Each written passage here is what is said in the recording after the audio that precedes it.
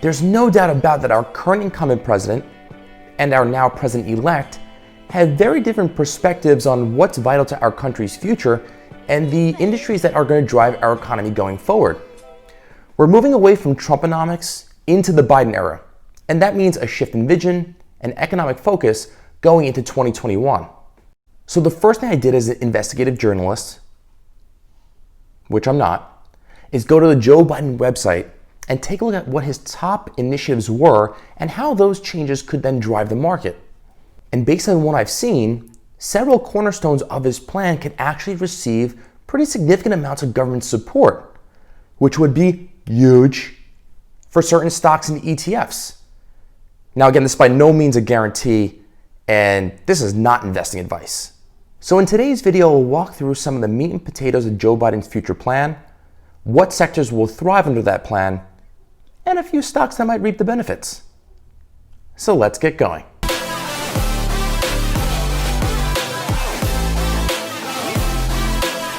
So let's just jump right into it, shall we?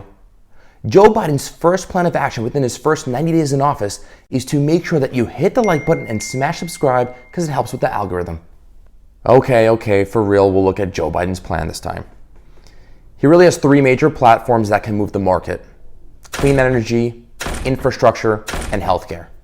So Biden's plan is to create a 100% clean energy economy and reach net zero emissions by 2050. But realistically, it's well beyond his term. More importantly, look at numbers 1, 2, and 3. The fact that he's going to establish mechanisms within his first term to support this initiative. He's going to make an historic investment in clean energy and climate research. And he also wants to incentivize the development of clean energy innovations. So this is huge for any clean energy company, as they're going to be supported by the federal government. So below that, you'll see another paragraph, a little bit more about the infrastructure, developing our roads, bridges, buildings, and that's going to be all tied into clean energy as well. So it's like clean energy and construction just rolling together. Well, how much is he willing to invest? $1.7 trillion over the next 10 years, with the total investment to really make the infrastructure changes that this country needs and be more clean energy focused of $5 trillion.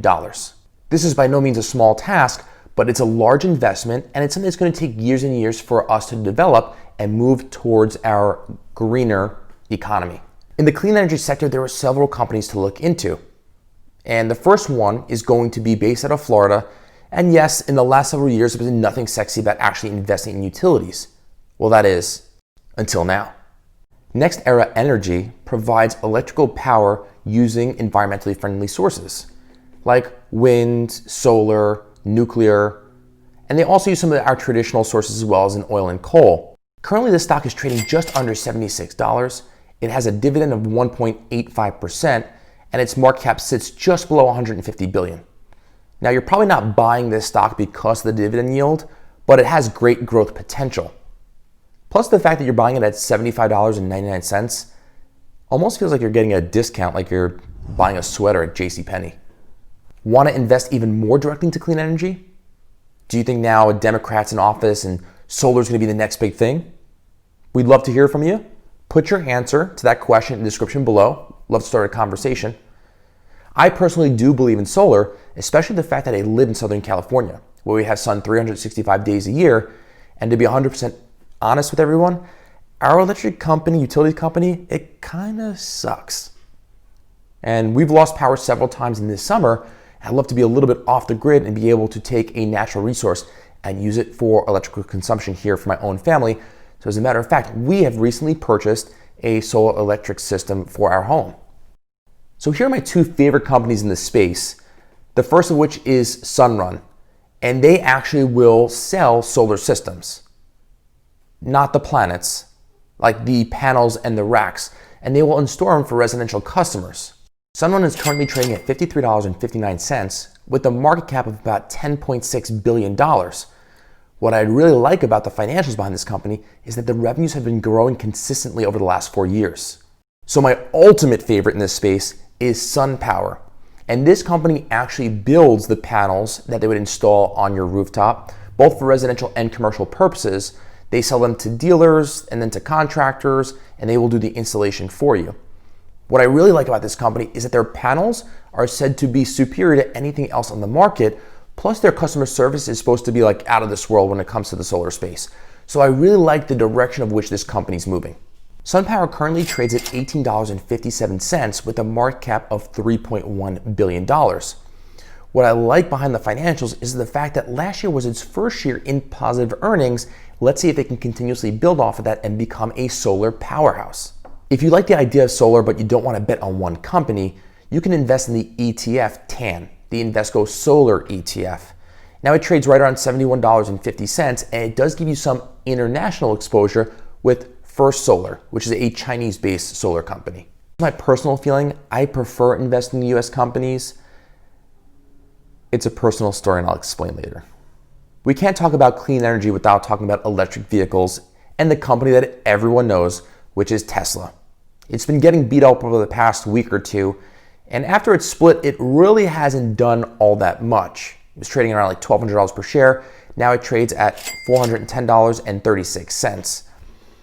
What I like about Tesla, besides its outrageous PE ratio and its ridiculous market cap, is the fact that it's not just in the car space, but they're also doing the solar electric initiative as well. So it's not like they're just gonna have one stream of revenue, and I expect this company to continually grow. There are other companies in the electric vehicle space, like some of them that IPO'd over the last several months, Fisker and Nikola, and we're gonna actually compare all the electrical vehicle companies that are publicly traded in a future video. Moving on to infrastructure, look at a company like Caterpillar. It's basically the company that provides all the large equipment anytime you pass by a construction zone. It's trading currently at $172.30. Its market cap is right around $93.6 billion, and it actually pays out a healthy dividend. So with the additional support from the federal government and more government contracts going to the infrastructure space, Caterpillar is deemed to succeed. We also want to look at a company which I'm probably going to pronounce incorrectly, which is FLR, or the Fluor Corporation. It trades at a modest price of $13.76, and its market cap is just over $1.9 billion. Truth is, it's been getting hammered for the past 2 years, and the earnings are pretty poo-poo stink. But they do have a relationship with governmental agencies, and they do get construction engineering contracts through the actual government itself, which is a positive under Joe Biden's plan. Let's jump up to Joe Biden's third pillar, which is healthcare. He wants more affordable healthcare and healthcare coverage for all. So the first company we look at is Humana, HUM. They provide medical and supplemental insurance.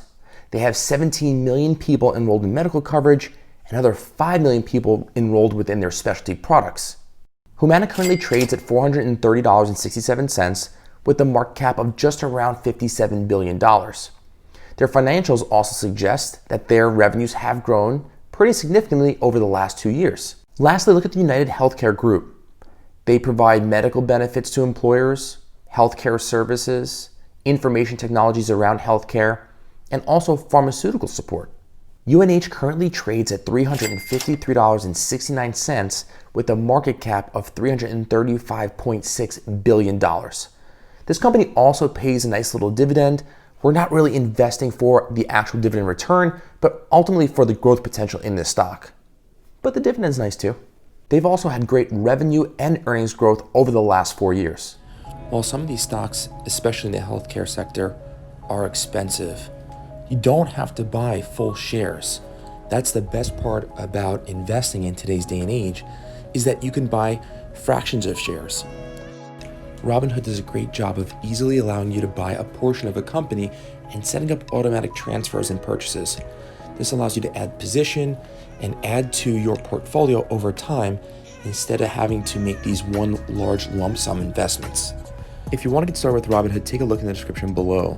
They normally run a promotion where if you make a deposit, they'll actually buy you a stock or several stocks on them.